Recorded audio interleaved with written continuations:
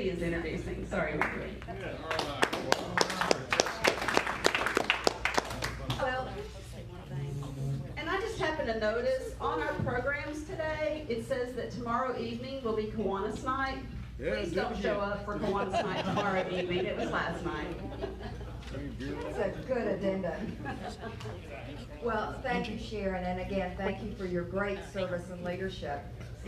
How many of you in this room have had a dog or a cat that played an important role in your life?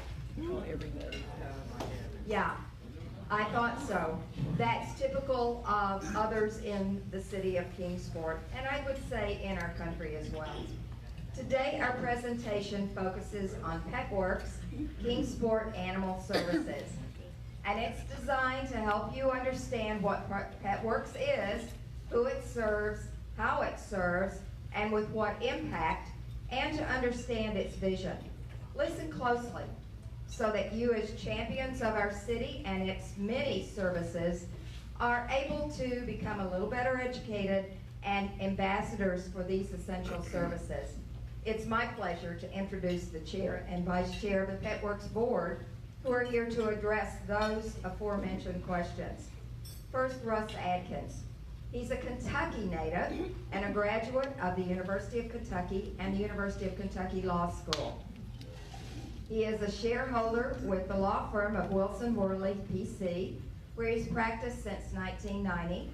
He is board certified as a civil trial specialist by the National Board of Trial Advocacy and was selected for membership in the prestigious American Board of Trial Advocates. Russ has been named to Super Lawyers of the Mid-South region for the last 5 years. He's also a Tennessee Supreme Court listed mediator, and his practice focuses on civil trial work, including personal injury, workers' compensation, contract and probate disputes, and professional liability defense, as well as civil rights litigation. Russ has served as president of the Rotary Club of Kingsport, the Kingsport Boys and Girls Club, the Greater Kingsport Family YMCA, and the Kingsport Bar Association. He served on numerous other community boards and is currently devoting his energy to helping homeless animals in Kingsport, and he serves as PETWorks vice chair. He has 4 children, a postgraduate at East TSU, a freshman at UT, and a junior at Dobbins-Bennett, as well as an 8th grader at Sevier. He lives with his beagle, Derby, who, of course, was named after the Kentucky Derby. Now, Tom Parham is certainly no stranger to Kiwanis, and as many of us have witnessed last evening, he was honored as the recipient of the prestigious Art Roper Award. Yes. Yes. Tom is a native of Kingsport. He attended the local schools as a DB graduate, earned a degree in finance, economics, and business from ETSU. He completed MBA graduate work at UT, Emory University, and ETSU. He has a 36-year career at Eastman with expertise in finance operations, public relations, administration, and polymer business, and an impressive 35-plus years of community service. That includes serving this Kiwanis Club on its board of directors and as our treasurer.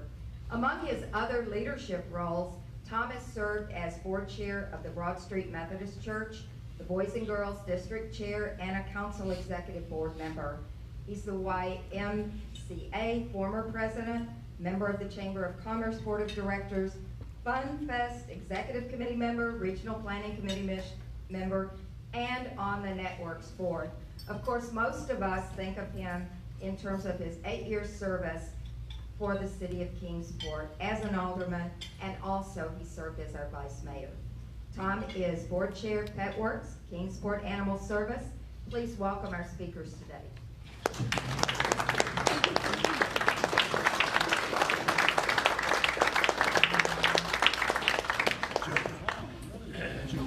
Thank you very much.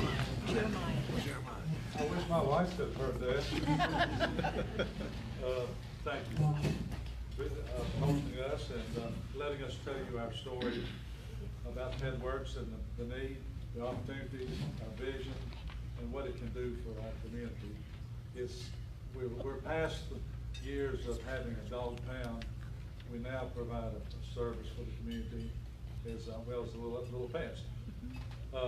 Kiwanis plays such a huge part in most organizations in Kingsport, but particularly with ours. You really salted the leadership right out of this club. On our board of directors is surprise Dr. Mary Lee Davis, John Campbell, Adshaw, myself, many volunteers like Angie Marshall, and many of your family members and friends. We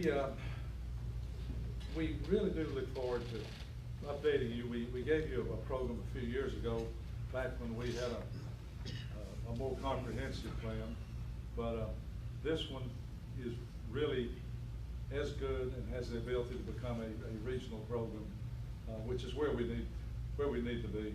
So we've gone to Rotary and recruited Russ, and he's our best speaker, so he's going to tell you about the program. He told me not to say that, but I did. Russ,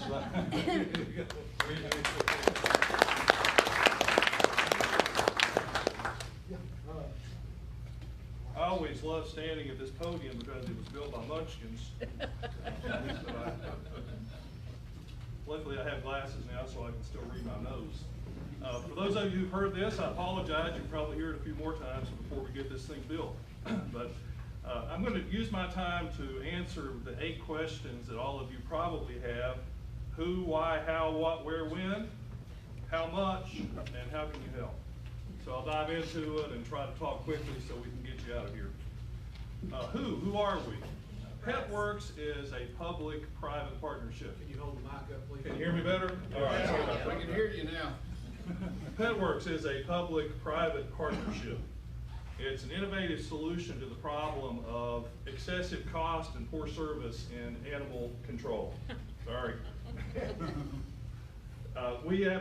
It's a self-governing, tax-exempt nonprofit corporation that provides animal control, meaning dog catcher, cat catcher, and animal shelter services for lost, stray, unwanted, and neglected animals inside the city limits.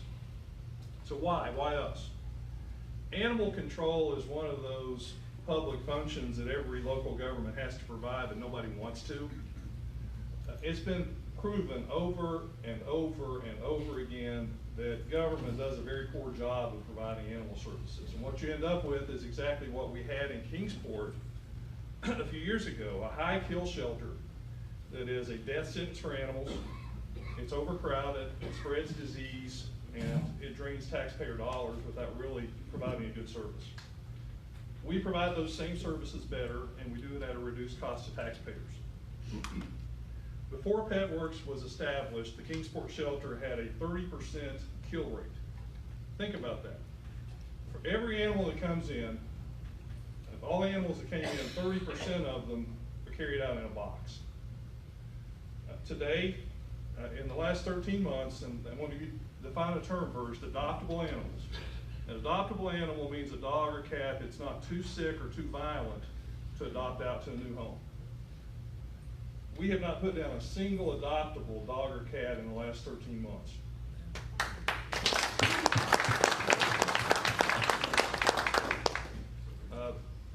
MTAS, I think that stands for Municipal Technical Advisory Services, which is through the University of Tennessee, advises local governments on operations. They've done a study that shows that we are saving the city over $200,000 a year by outsourcing animal services to our organization. Now, we have had some growing pains. We went through some tough times getting our budget in order, dealing with issues with the county, but we have made a positive difference. And if you have any doubts about whether we have made a positive difference, just read the newspaper and look at what happened in Blountville after Blountville backed out of PETWorks. Their euthanasia rate has gone up, skyrocketed. Their cost of operations has skyrocketed. So in short, the answer to why us is we do it better and we do it at a lower cost. How? How are we improving animal services?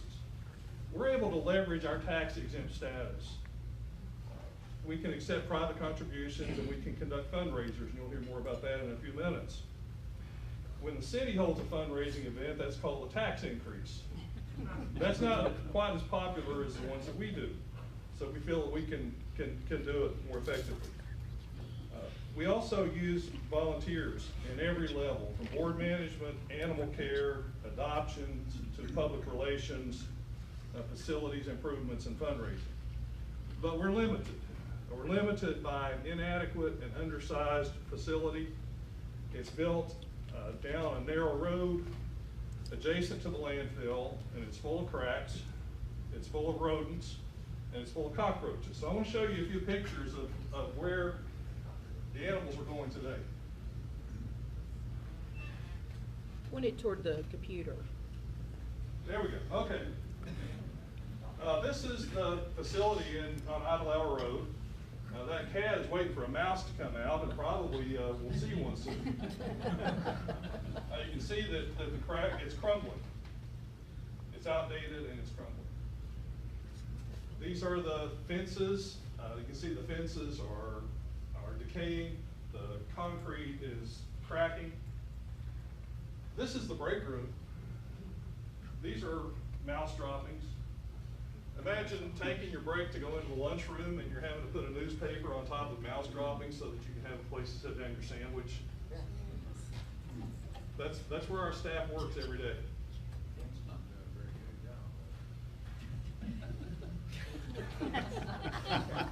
This is where the animals live. You can see that the area on the right is one of the typical kennels, which is really probably not big enough for one dog, and sometimes we have 2 or 3 in the same space because we have nowhere else to put them. This is the small animal room on the left where they put the smaller dogs. There's a separate cat room. So we'll talk more about this in a minute. What is our plan? Well, the animals and the community deserve better. So we want to be a better kind of shelter. And that starts with our name, PETWorks. We plan to retire the existing shelter and to construct this, the PETWorks Adoption Center and Dog Park. This will be integrated into the community in a way that invites visitors, expands our volunteers, increases our donations, provides more humane facilities, and moves us closer to our goal of becoming no-kill. Where?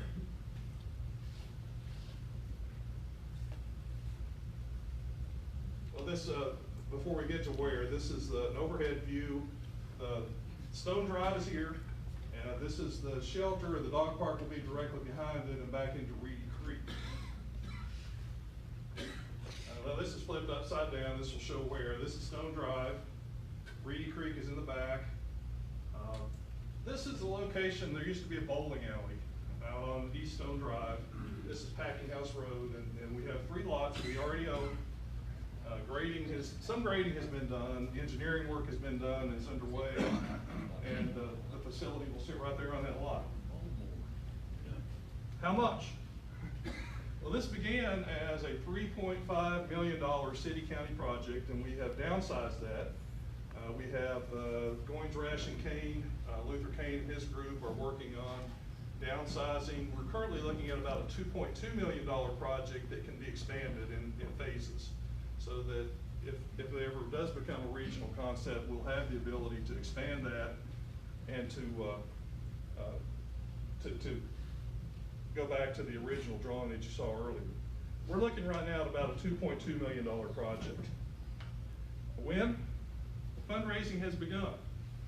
The Boyd Foundation has donated $25,000 as a contribution toward our dog park.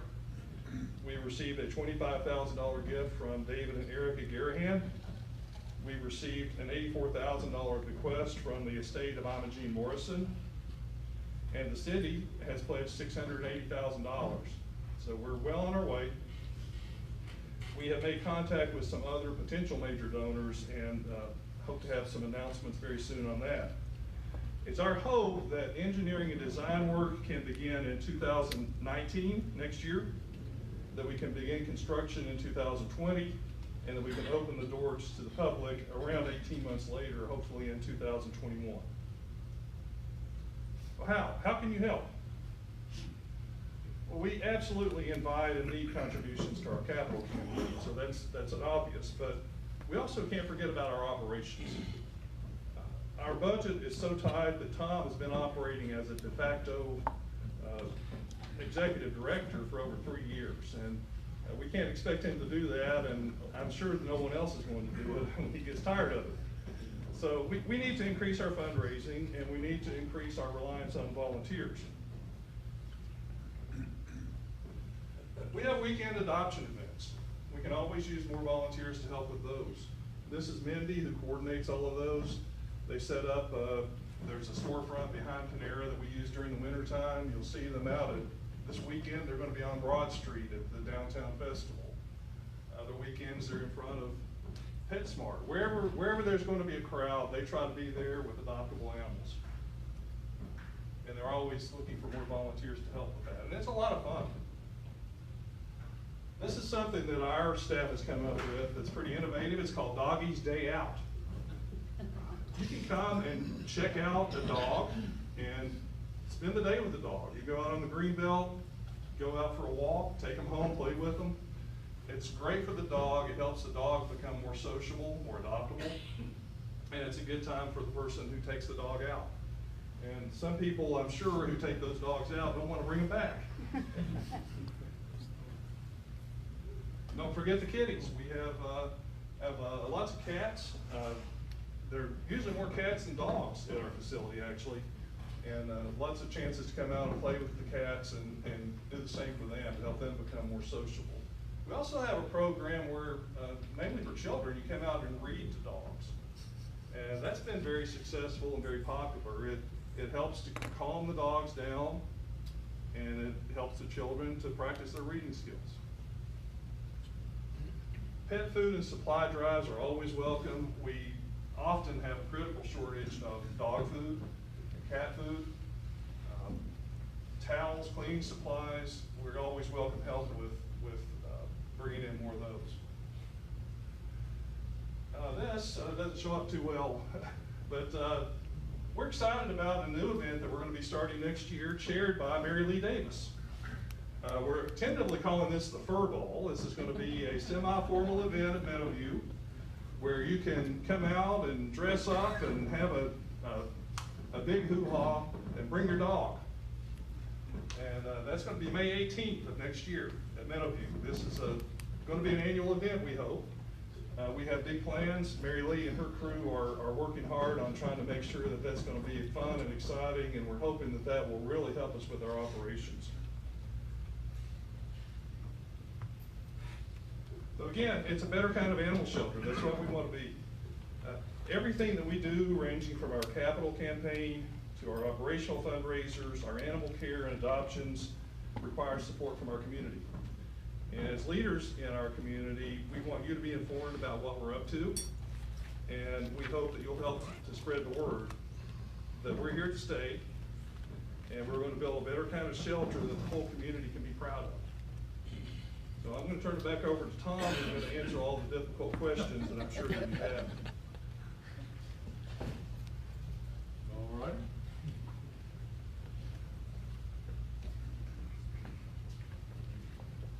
I would, Russ, thank you, great job, as always. I will add one bit of information. It's not just a service, it's really an economic advantage to our community. We really want to be known as a animal or dog-friendly city in our state.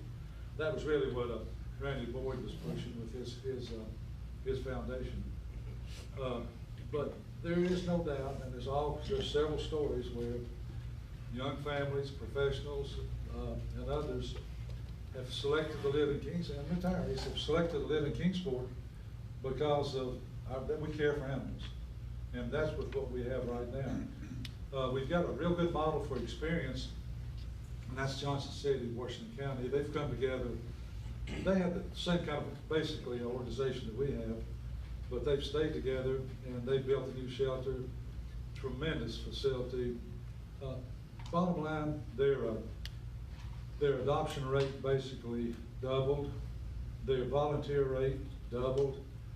What that means is animals don't stay very long in the shelter. The shelters are nice, they're attractive. Volunteers like to work there. We have a lot of social workers. We have a lot of school kids. We have a lot of people that get social credit for working where we are now. So there's a lot of positive things. As I recall, the new director for Meadowview have told us, and I think it was in a public statement, she said that she had several cities she could have gone to, but she selected Kingsport because we're pet friendly and she likes what we're doing. So anyway, questions, guys, gals? Yes, sir. Tom, I know the county backed out of this service, and I know that from what we heard presented, it's going to be several years going forward before this thing completely materializes. The commission is going to go from, what, 22 down to 15 commissioners? 18. 18? Effective 2022. Okay.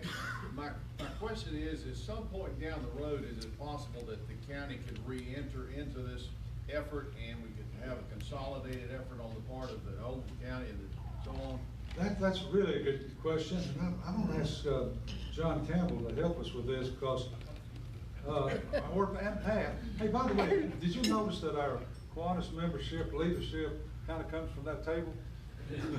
But we've talked, we've got a similar mind here, but Pat, do you want to make a comment? Well, John can help me, but thank you for bringing it up, Wayne.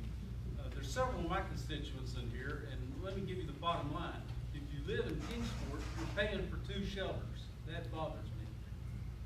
Secondly, I believe the county ought to go back to this, and I will sponsor a resolution toward that end. But I got to get at least 12 more votes. Now, the mayor doesn't agree with me. I hope you all talk to the mayor. But I believe that if we consolidate and have a first-class facility like the one in Washington County, as recommended by MTS and CTAS, then we can achieve economies of scale and actually save money over the long run.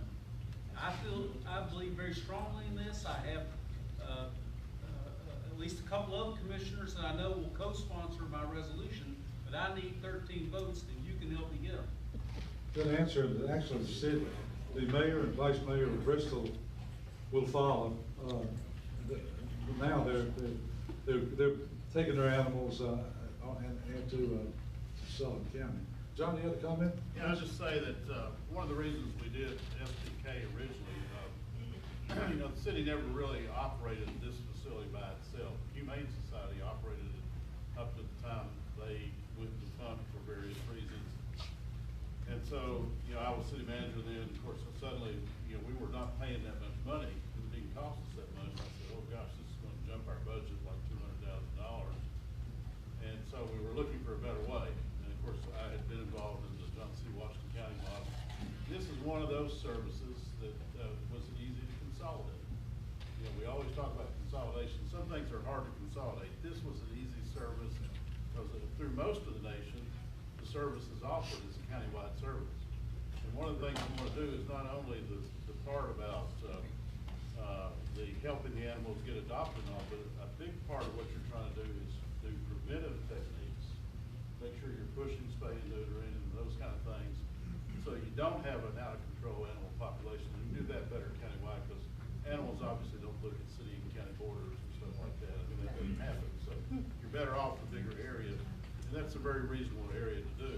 SPK would be firmly established in Bristol and cooperated on the front end, but they didn't. It's unfortunate what's happened with the county pulling out, but I have hopes they can get back in.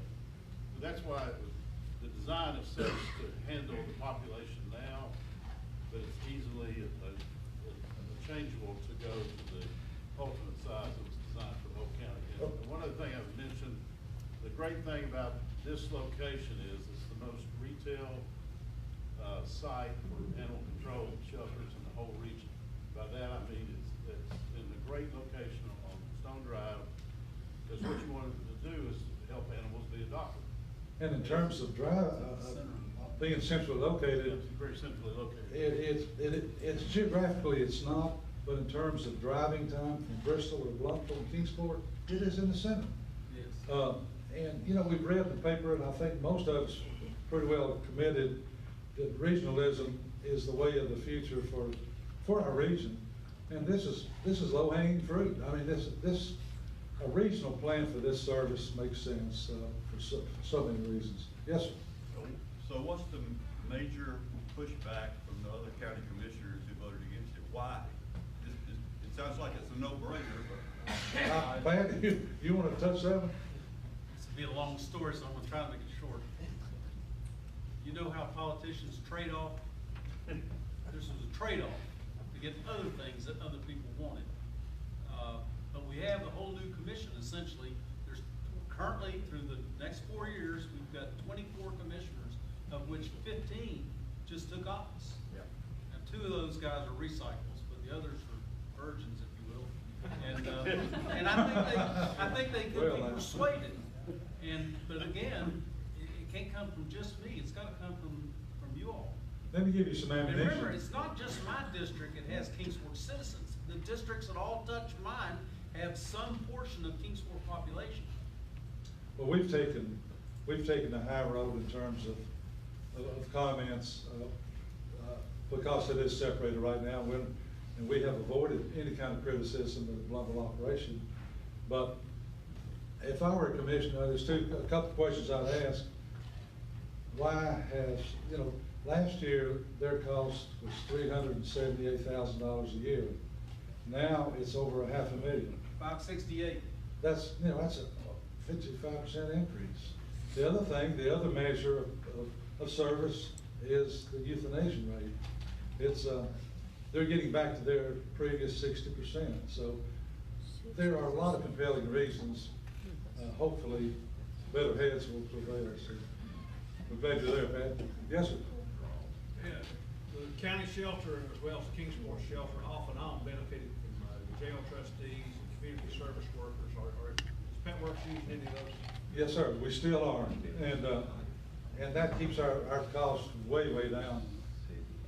That's fine. And we have social workers. We have, like I said earlier, kids that are getting credit, and we have a plan, a long-range plan, to have be part of a 2-year program with LMU or even ETSU for a advisory program. I guess what do we call that? Veterinary assistant. Veterinarian assistant. That's been considered, but there's just so many things that can be done. Any other questions? Yes, sir. I guess, go ahead, Jack. No, you go ahead. You're older. That's the first time he's ever lied. Go ahead. Okay, sort of a comment, but in Asheville, North Carolina, they have what they call animal-friendly restaurants. Yes. And in fact, there was an article in one of these well, it wasn't regional, it was a national magazine, talking about Asheville, and it had a listing and pictures of the restaurants that allowed animals in. That might be something that would be useful here to promote, maybe you could work into the adoption part of it, but it would require, of course, cooperation of restaurants in town and maybe the city too, because of health issues and things like that. That's a really good point. There's several areas like Asheville and Knoxville and that are kind of benchmarks for us. And we have a lady that's she's an events coordinator, a fundraiser, and so forth. Really works closely with the restaurants, and that's very doable. I mean, that's Well, you've got outside venues. right. And that's very easy to do. A number of these restaurants, you can actually take animals inside. Yeah. Martha and I By just- the way, they're generally better behaved than young children. Probably don't eat as much either. Good point. Jack, how about you? I'd like to say that if anybody can't see the tremendous need for PETWorks, you're either deaf and dumb or communist. In all seriousness, I look at you two gentlemen, and if you know Russ, I've known Russ for 20 or 30 years, and as a lawyer, he's mean, he's just vicious on cross-examination. I'm saying, wait a minute, but like the great ones, the Lacey West, the Bill Gambles, Jack Smith, Joe Fullers, and those guys, he's got a heart of gold. You never know that. But I'm serious. And you've always been at the heart of gold, and you wear it on the sleeve. And I appreciate you guys. I know it's a lot of time consuming, but you deserve Well, thanks, Jack. thanks. And I will say this, these little animals change a lot of lives. And I mean, we help them, but they give back more than we give them. That's a fact. Yes, sir. The bridge home, I think it's Regina. Yeah. Given the new facility, would, I think, meet what Regina's all about. Is there any discussion? I've lost track. Is she built? She's still, she's still in operation. She's Tom, very- repeat the question. We didn't Okay, know. I guess the question has to do with Regina's no-kill shelter and kind of what the status is. And was that ever merged with? She, I guess the best way to answer, we talk with her and have a relationship, but she's fiercely independent with her operation. And they, in truth, they're a no-kill, but they absolutely cherry pick the animals. If an animal is sick or hurt or not pretty, then they come to us or blah, blah. That also relieves our burden, so that helps Yeah. us too. It Good takes some of point. the animals that we otherwise would have. Another question? Well, guys, thank you. You know, you're not only providing leadership for us with key members, but you are our ambassadors, and we just want you to know what's coming. We have actually officially started our fundraising, but here's 3 checks outside of our budget which Russ mentioned, for a total of $108,000. We haven't even deposited 2 of them, but it looks very promising. It's going to happen. It's going to happen. And give credit to Andy Straley and his business. They provide so much service for us. They come by the shelter on every few weeks, check it out, make advice, and don't charge us. I mean, they're very strong advocates of what we're doing. Thank you.